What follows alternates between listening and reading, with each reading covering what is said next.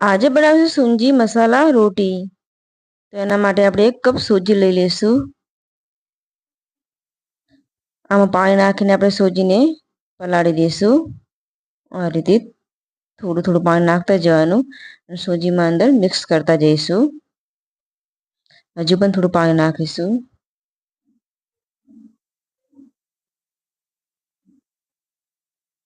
હવે આપણે હાથથી સરસ સોજીને મિક્સ કરી દઈશું। હજુ પણ થોડું પાણી નાખીને આપણે આને ઢીલું કરીશું।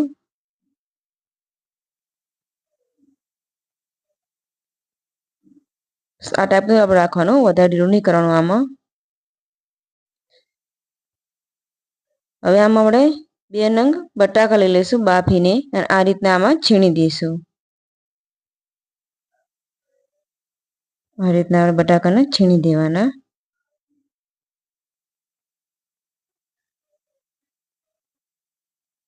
હવે આપણે 1 કપ ઘઉંનો લોટ લઈ લઈશું।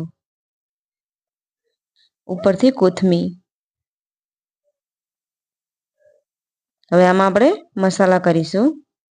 1 ચમચી લાલ મરચું, હળદર, જીરું, ધાણા જીરું,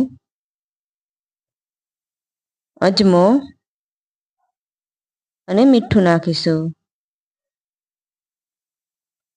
અને ઉપરથી કસૂરી મેથી પણ નાખીશું।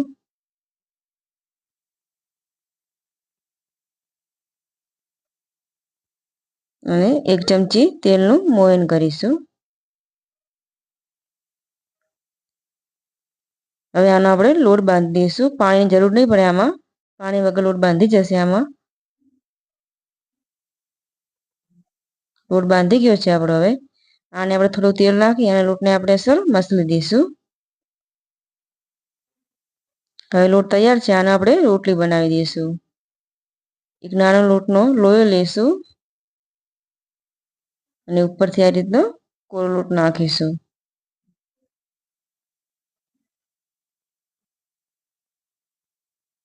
આની આપણે રોટલી બનાવી દઈશું।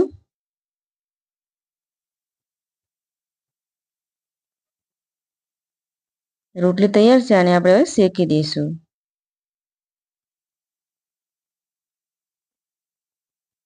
આ રીતની સરસ આપણે રોટલી શેકી દેવાની।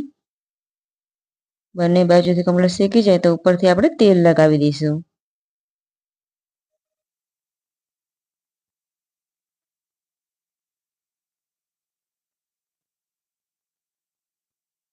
રોટલી શેકાઈ જશે એટલે આપણે ઉપરથી આને તેલ લગાવી દઈશું।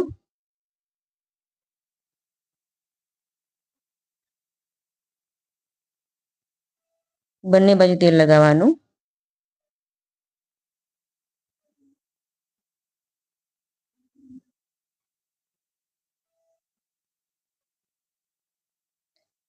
બીજી બધી પણ આ રીતે આપણે રોટી બનાવી દઈશું।